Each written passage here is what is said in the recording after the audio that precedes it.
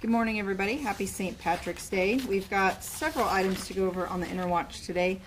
We have a robbery from person. We have a robbery that includes a vehicle being taken. I have a little bit of information on the death that's working right now down at Seneca and Crawford. And then again, like yesterday, we'll put out a safety advisory asking people not to drink and drive tonight. So first we'll go over the robbery from person. That is under case number 17C. 017540, 17C 017540. It occurred in the 1800 block of North Hillside. It occurred on March 16th at approximately 8:30 p.m. On March 16th at 8:30 p.m., two 22-year-old males were in the parking lot of McDonald's, located in the 1800 block of North Hillside. They were approached by two unknown suspects in the parking lot. At least one of them was armed with a possible gun. These suspects demanded their property. The suspects obtained personal property from one of the victims and then left in an unknown direction on foot. Suspect descriptions that I have is an unknown black male, approximately 5'3". The first one was wearing a white shirt and black shorts. Second, same unknown black male, 5'3". This individual is wearing a blue hooded sweatshirt and black shorts. We would ask anybody with additional information on this to please call Crime Stoppers or our investigative unit. As always, detectives will be looking in the area for any kind of surveillance video, and if we have any good quality surveillance video, we'll definitely put that out. I'm sorry, did you say they got away with anything?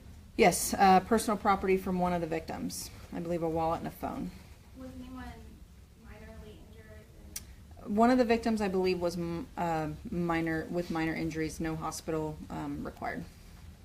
You said the personal property was from one of the victims? Yes. Not the other? Correct. Just one. Yeah, just one victim lost their property.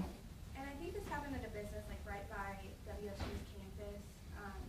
Is that concerning? I mean, I don't know if the parking lot was busy or if there are a lot of people out there, but Yeah, I mean, it's at McDonald's at 17th and Health Side, so it is by WSU. Obviously, any kind of robbery anywhere would be concerning, but yeah, definitely by the WSU campus it would be. But 8:30 at night, I'm not too sure how many people were there. Unfortunately, I don't think that we got good witness accounts or good descriptions of the suspect to try to identify anybody. So that's why maybe we're asking, because there's probably a lot of people on campus too, so if they saw somebody running across campus that kind of matched this description, maybe didn't think about it at the time, then put this out and ask them to call 911 or Crime Stoppers or investigators, and at least give us a little bit more of a description if they saw them. Two victims, were they students at all? I have no idea. That I don't know. I think I saw just Facebook talk. Sure. I think I saw that one of the suspects had like some type of stun gun or something like that. Possibly, possible gun, possible stun gun. We're not sure, and I don't think the victim was sure. So that's just kind of why we're just saying that it was just a possible gun of some sort.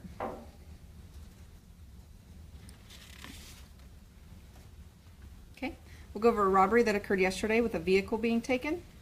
That is under case number 17C 017418. 17C 017418. It occurred in the 7300 block of East Kellogg. Occurred on March 16th at approximately 1 p.m. On March 16th at approximately 1 p.m., an employee of Stephen Mitsubishi, located in the 6600 block of East Kellogg, reported that an unknown male was looking at cars for sale in their lot. The employee, who is a 45-year-old female, took the suspect on a test drive. They left in a 2012 gray Nissan Maxima. This Maxima had dealer tag D as in David, 232, A as in Adam, K as in King. D232AK. The employee was driving out of the lot, however, pulled over in the 7300 block of East Kellogg to switch places with the suspect. While outside the vehicle, the suspect tripped the employee and then left in the vehicle without the employee. The suspect is described as a white male, approximately 5'8", 150 pounds, brown hair, a beard, and a star tattoo on the left side of his neck. We would ask anybody who sees this vehicle to call 911, or anybody that might have any information about the suspect identification, especially with that tattoo, to call Crime Stoppers or investigators and give us information, please. So 2012. 2012 gray Nissan Maxima with a dealer tag. So were they on like the frontage road when they were switching? Or? I believe they pulled over in a parking lot over there to switch, and then as they were switching places, then the suspect tripped her, the employee, and then got in the car and took off without her, left her there. Was she okay? Yes. Can you tell me one more time where they pulled over? Sure. It was in the 7300 block of East Kellogg. I'm not sure what business. It was a parking lot there that they just pulled in and to switch spots out. And then that's where she was left and the vehicle left and has not been located. Did he have to give a driver's license or anything to go on the test? That I don't know. Yeah, I'm not sure. We don't have any of that in the report. Okay.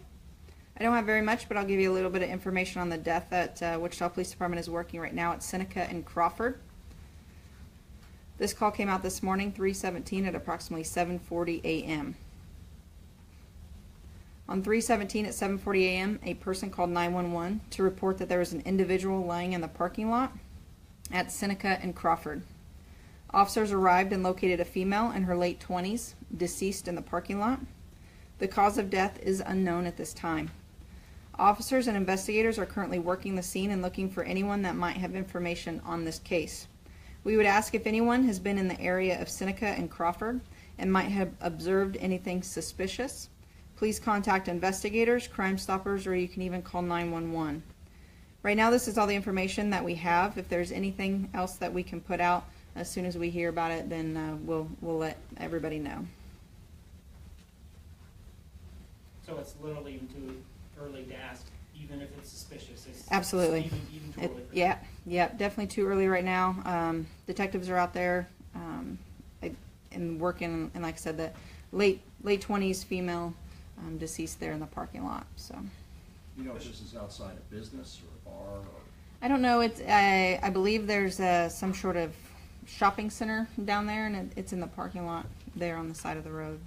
So it's not. I don't think it's connected to a certain business. I think it's just in a parking lot. Was there a vehicle she was nearby, or just like? That I don't know. Okay. That I don't know, and I'm not even sure what time frame that we're looking at right now to tell people if they've been in the area. So hopefully we'll try to pinpoint that down as the day continues. We're not sure how long she's been there either, so we're still working on that. But whatever I get, I'll definitely put out to you guys. Hey, sir, we've got a question. Sure. I guess we got a call this morning about a shooting at Cross Creek Apartments overnight. What's that address? 37? I haven't heard anything. I can check, but I haven't been notified of any kind of shooting. Lastly, before I turn it over to Detective Hummel, we wanted to go over the safety advisory one more time that we went over yesterday. So today we're celebrating St. Patrick's Day and the NCAA tournament. The roads will be busy, bars and restaurants will be busy, so please, if you choose to drink, choose to get a safe ride home.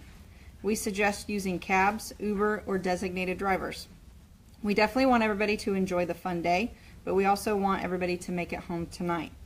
Remember, celebrating our Kansas basketball team wins and St. Patrick's Day today is not worth your freedom if you are put in jail for a DUI, your life, or someone else's life if you are involved in an accident. We are also asking friends and family to speak up.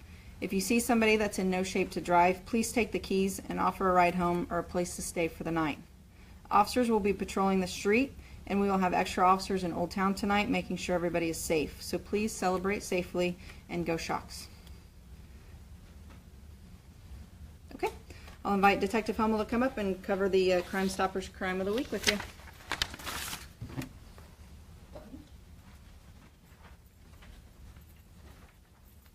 Good morning. Happy St. Patrick's Day.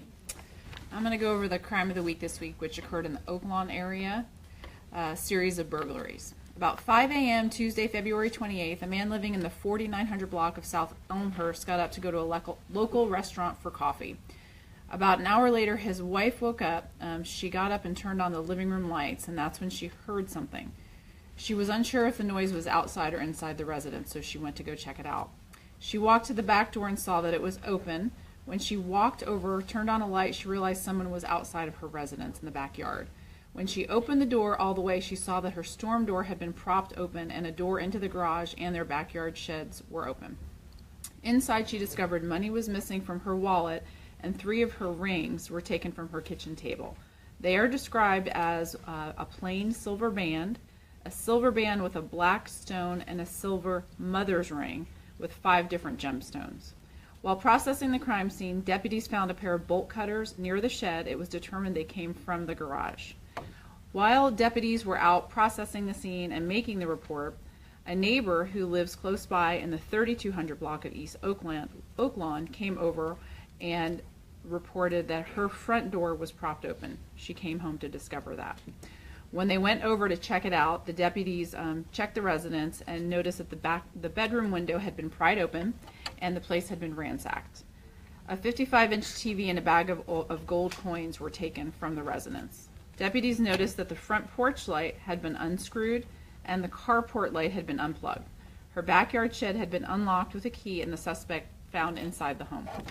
A bag of tools were taken from the shed that were found in the backyard. The suspects also pried off window bars that were installed in the home after a previous burglary at the same residence at the end of January. So if anybody has any information, this is just a series of 2 burglaries that happened in one night, but there have been many burglaries that have happened in that area. So we're asking for any information on suspects. And if you know anything, you can contact the Sheriff's Department or Crime Stoppers at 267-2111. Thank you.